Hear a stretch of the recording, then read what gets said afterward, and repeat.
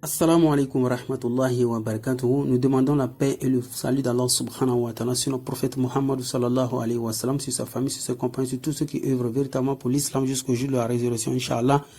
Bienvenue une fois de plus sur la chaîne de votre frère Ismaël Kwasi. Je suis un chrétien converti à l'islam et la belle heure par la grâce d'Allah subhanahu wa ta'ala. Aujourd'hui, je suis dans le mouvement de l'interreligieux. Comme nous vous l'avions promis, les 100 sujets les plus palpitants, nous avions déjà fait une vidéo. Donc nous prions pour tous ceux qui ne se sont pas abonnés sur notre page Parole Commune Interreligieux. Nous vous invitons tous massivement à vous abonner sur notre page, Inch'Allah, pour suivre nos prochaines sorties, Inch'Allah. Et au-delà aussi, les 100 sujets en fait, les 100 sujets qui expriment l'antagonisme qui est entre le judaïsme, le christianisme et l'islam, nous avons promis de participer à ce décryptage des écritures sacrées, Inch'Allah ta'ala. Donc, soyez connectés pour suivre le reste, Inch'Allah ta'ala. Aujourd'hui, par la grâce d'Allah, nous allons vous présenter l'un des faux prophètes, voilà, soi-disant, je sais pas, prophète Placide. Voilà, c'est soi-disant prophète, il s'auto-proclame prophète. Aujourd'hui, Inch'Allah ta'ala, nous allons vous le présenter.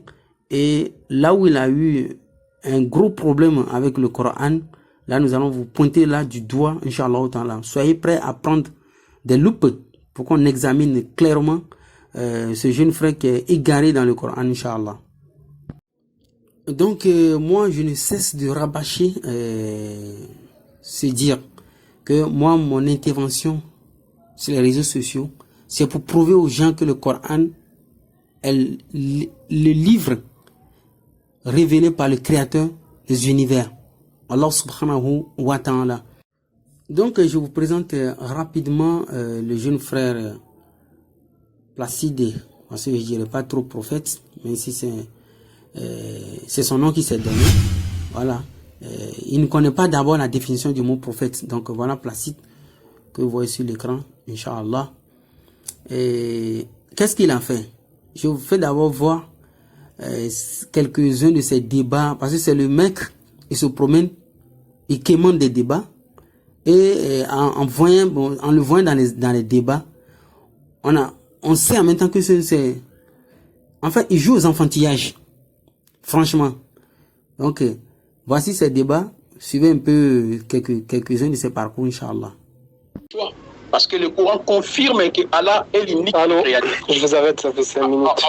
Les musulmans vont présenter leur exposé et les prophètes Placide vont poser alors les questions parce qu'apparemment... Faire du coq à l'âne, mon frère, pas Placide.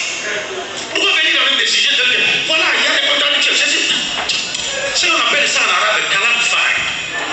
La dernière fois quand nous étions dans cette salle, je vous ai mis au défi ici.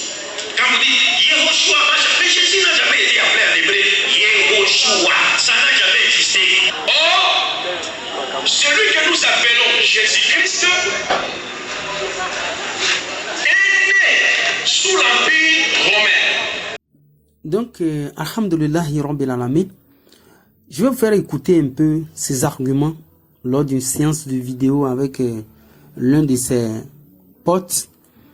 En fait, vous allez comprendre son argument. Si j'ose anticiper un tout petit peu la compréhension de ce qu'il a avancé comme argument, d'ailleurs, c'est pas lui, il ramasse des choses sur le net, c'est que si les musulmans, selon lui, si les musulmans disent, ou bien le Coran dit que Mohammed a été envoyé à un peuple qui n'a jamais eu d'avertisseur, mais comment se fait-il que le Coran confirme encore que Abraham et Ismaïl, alayhim salam, ont été des messagers au Mekwa?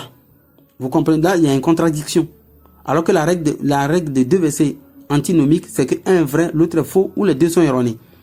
Si le Coran dit explicitement que Mohammed a été envoyé à un peuple qui n'a jamais eu d'avertisseurs, à des messagers, alors que dans le même Coran on trouve que Allah a dit qu'il avait envoyé Ibrahim et puis Ismaïl chez les Mekwa, là le Coran se contredit. Donc voilà à peu près un avant-goût de son argumentation, Inch'Allah ta'ala, et nous reviendrons pour donner le coup, Inch'Allah. Il y a tellement de contradictions que nous avons pu développer. Par exemple, il y avait une autre contradiction. Abraham a-t-il été envoyé au Mekwa avant Mahomet?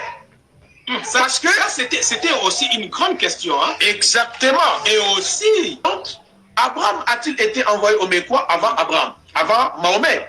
Parce que les textes coraniques nous montrent que avant l'événement ou l'office du prophète Mohammed, aucun messager, Allah n'a envoyé aucun messager pour visiter ce peuple. La sourate 42, le verset 7. La sourate 36, le verset 6. Je prends la sourate 36, le verset 6. Pour que tu avertisses un peuple dont les ancêtres n'ont pas été avertis, ils sont donc insouciants.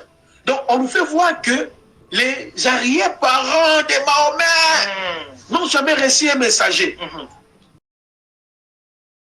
La sourate 32, le verset 3. Diront-ils qu'il, Mahomet, l'a inventé ceci? Au contraire, la vérité venant de ton Seigneur pour que tu avertisses un peuple à qui nul avertisseur avant toi n'est venu afin qu'il se guide.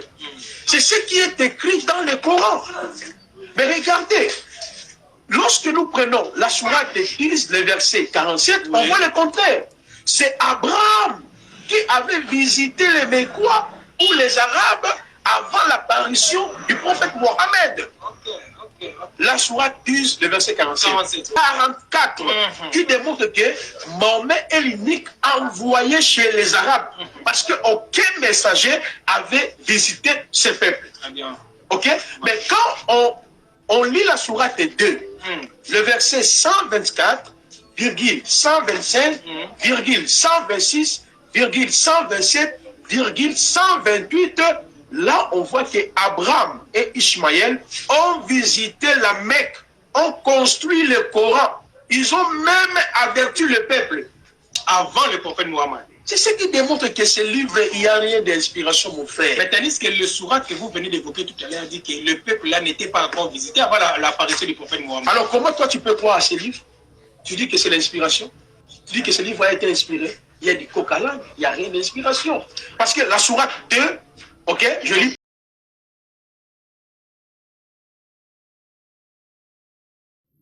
Donc là, je pense que vous avez tous assisté au décryptage coranique de ces deux guignols qui, je ne sais pas si pour eux le Coran est un livre comme les autres, un livre ordinaire, ou si doivent-ils se méfier que c'est un livre de l'omniscient.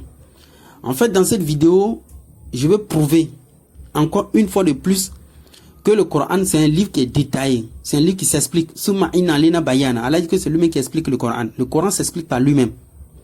Ça, c'est comme ça. Donc, pour revenir un peu sur l'argumentation de ces deux guignols, là, maintenant, on passe à la correction. Enfin, il faut que ça soit clair. Donc, il faut que ça soit clair. Nous avons seulement besoin de 2 versets coraniques pour détruire toute la montagne, entre parenthèses, d'argumentation du frère. En fait, moi, il voit ça comme des enfantillages. La connaissance superficielle du Coran est très, très, très dangereuse. J'ai besoin seulement de 2 versets. Ouvrez le Coran avec moi dans la sourate 7, verset 34 et la sourate 10, verset 49. Vous allez comprendre pourquoi Allah subhanahu wa ta'ala, après avoir envoyé Ibrahim alayhi salam avec Ismaïl alayhi salam, il dit encore, au temps du prophète Mohammed alayhi salam, un peuple qui n'a pas eu d'avertisseur. Donc ici, pour revenir sur le premier verset dans la sourate 7, verset 34, qu'est-ce qu'Allah subhanahu wa ta'ala dit? Il dit, pour chaque communauté, il y a un terme. Pour chaque communauté, il y a un terme. Walikuli ummatin ajal. Donc,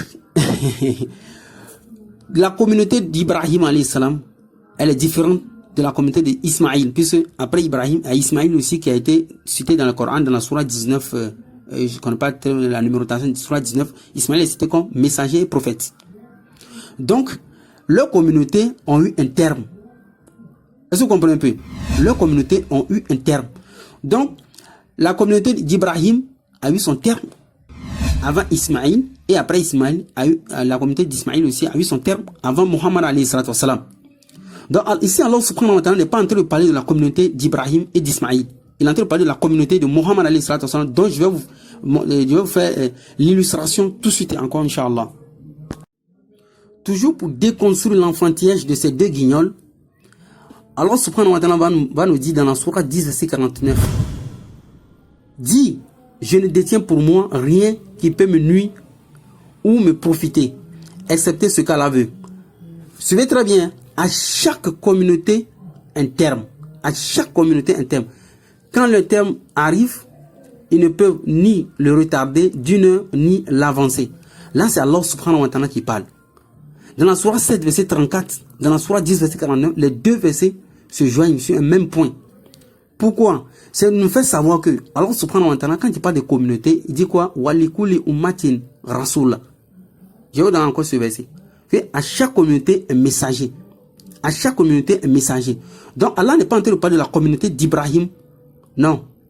À Mohammed. Non, non, non, non. Il est en train de parler de la communauté de Mohammed alayhi salatu wassalam. D'où je fais l'illustration tout de suite. Vous allez voir que à chaque communauté, Allah dit un témoin. C'est ce messager-là.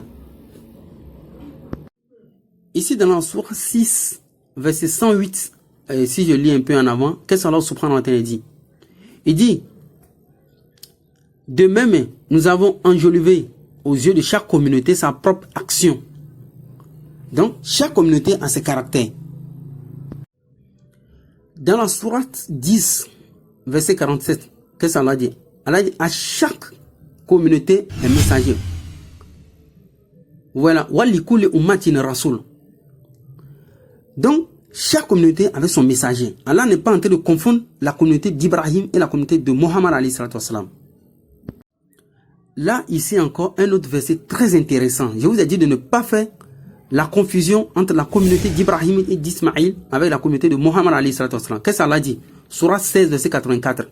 Il dit, et rappelle-toi le jour où de chaque communauté nous susciterons un témoin. Ce témoin, c'est ça que le verset que nous vous l'avions lu tout à l'heure, où Allah dit à chaque communauté un messager. C'est ce messager qui sera témoin contre eux.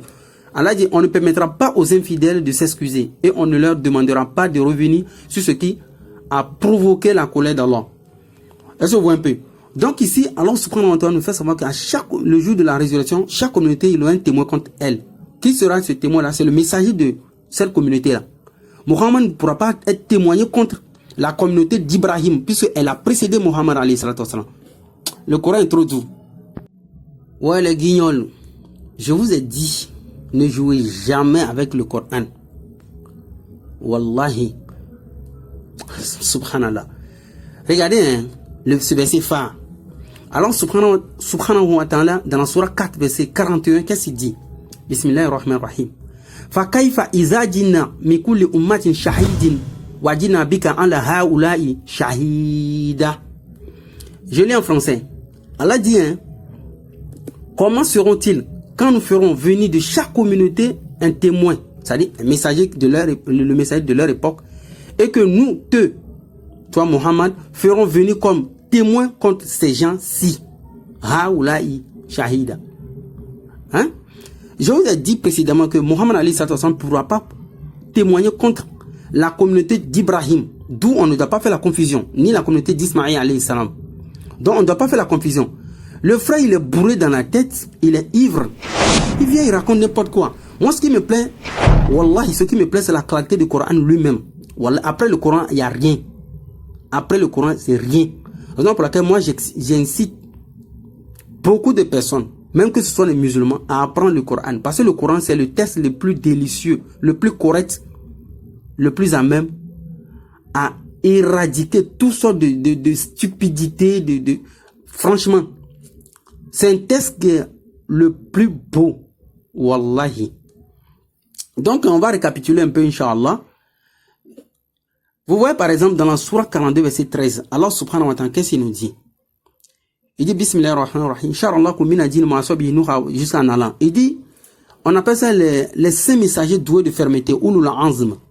C'est-à-dire, il y a premièrement, il y a Nuh alayhi salam, il y a Abraham, il y a Moïse, il y a Jésus et il y a Mohammed. Donc, ces 5 messagers sont les messagers de l'espace. Maintenant, d'autres messagers sont les messagers des temps. Donc, ces 5 messagers, c'est eux, c'est-à-dire la religion d'Allah subhanahu wa ta'ala. C'est ça, on appelle ça, c'est comme, en fait, c'est comme, c'est le champ même. Ces 5 messagers, c'est le champ de l'univers. Maintenant, vient des portions qui sont souvent occupées dans le temps avec d'autres messagers. Est-ce que vous voyez? Donc, La communauté de Nuh est différente, la communauté d'Ibrahim est différente, la communauté de Moïse est différente, la communauté de Jésus aussi est différente. Et la communauté de Mohammed alayhi salatu wassalam, elle aussi, elle est différente. Ouais. Et ils ont eu quoi? Des livres. Alors, subhanahu wa ta'ala va dire, Suhuf Ibrahim. C'est dans la Bible, on ne trouve pas les raisons pour lesquelles. En fait, les frères chrétiens sont vraiment égarés. Dans la Bible, on ne trouve pas où Abraham avait des livres. Non. Dans le Coran, Allah nous dit, Suhuf Ibrahim wa Moussa. Donc, c'est des messagers qui apportent un grand changement radical. La loi, un peu de comment dirais-je, de flexibilité. En fait, c'est un peu comme ça. Est-ce que vous voyez? Donc, on récapitule. Alors, subhanahu wa ta'ala, quand il parle de la communauté, il ne parle pas de la communauté d'Ibrahim ni d'Ismaïl. Il parle des Arabes de l'époque. Allah est bien clair. Haoulaï shahida. Ceux-ci, c'est-à-dire les gens de la communauté de Muhammad alayhi salatu wasalam. Dans la surah 17, verset 15, qu'est-ce qu'Allah subhanahu wa ta'ala nous dit encore? Il dit, wa makuna mu'adhibina hatta nabi'ansa rasula. Qui ne punit jamais un peuple avant de lui avoir envoyé un messager. Donc, chaque communauté a eu son messager. Chaque communauté a ce témoin contre elle. Est-ce que vous voyez? Donc, c'est comme ça le Coran. Donc, jusqu'à l'arrivée du prophète Mohammed alayhi salatu wasalam, ses ancêtres, les gens de son époque, ils n'ont pas eu de messager. En fait, c'est logique. Mais si on envoie un messager vers un peuple, mais tu peux pas dire que ce peuple avait déjà reçu un messager, non. Puisque c'est toi qui vas à ce peuple avec une nouvelle. Donc, obligatoirement, Allah nous dit dans le Coran, à Jahiliya, l'époque de l'ignorance. Donc, obligatoirement, le peuple était dans une ignorance et puis on fait venir le messager de leur époque. Donc, c'est un peu comme ça. Et il envoie un livre et il confirme les messagers qui l'ont précédé. Leur dit tout. Est-ce que vous voyez? Donc, mon frère prophète Placide, faut faire très attention. Faut faire très attention. Le Coran, franchement, tu te balades, tu cries, en fait, moi, je vois trop d'enfantillage dans tes sketchs, là. Je vois trop d'enfantillage. C'est du cirque, en fait. Essaie de mûrir un peu, essaie de grandir un peu, quoi. Tu vois un peu, non? Tu es trop petit, même. Faut essayer de mûrir un peu, de grandir un peu, quoi, tu vois, non? Donc, on va récapituler les deux guignols. Vous avez lu tous les versets coraniques, mais sauf là, c'est-à-dire où Allah subhanahu wa ta'ala a dit, walikuli ummatin ajal, à chaque communauté un terme. Donc, quand on parle d'une communauté, elle a son terme. La communauté qui suit, elle ne fait pas confusion avec celle qui l'a précédée. Et le messager qui suit cette communauté ne fait pas aussi confusion avec le messager qui l'a précédé. Donc, comme le Coran l'a annoncé encore que chaque communauté avait son messager. Le Coran a annoncé encore que le jour de la résurrection, chaque communauté aura un témoin en face d'elle, qui est le messager, le messager de leur époque. Donc, je vais vous donner un conseil avec ce verset coranique pour montrer à quel point Allah subhanahu wa ta'ala, il jette du crédit sur le Coran et le poids du Coran. Dans la sourate 59, verset 21, qu'est-ce que Allah subhanahu wa ta'ala dit? Bismillahirrahmanirrahim, je cite. Là où anzalna hadha Qur'an ala jabal la ra'aytahu khashi'an mutasadiyan min khashyati Allah. Hein? Là où anzalna hadha Qur'an ala jabal. Si Allah dit que s'il déposait ce Coran sur les montagnes là, hein? La ra'aytahu khashi'an mutasadiyan min khashyati Allah. Les montagnes vont se fondre par la crainte d'Allah subhanahu wa ta'ala. Mi khashiyatillah. Hein? Allah n'a pas fini, hein? Il dit wa tilka amsalu nadribu alinas la'allahum yatafakkarun. Wa tilka amsalu, c'est voilà les paraboles nadribu alinas.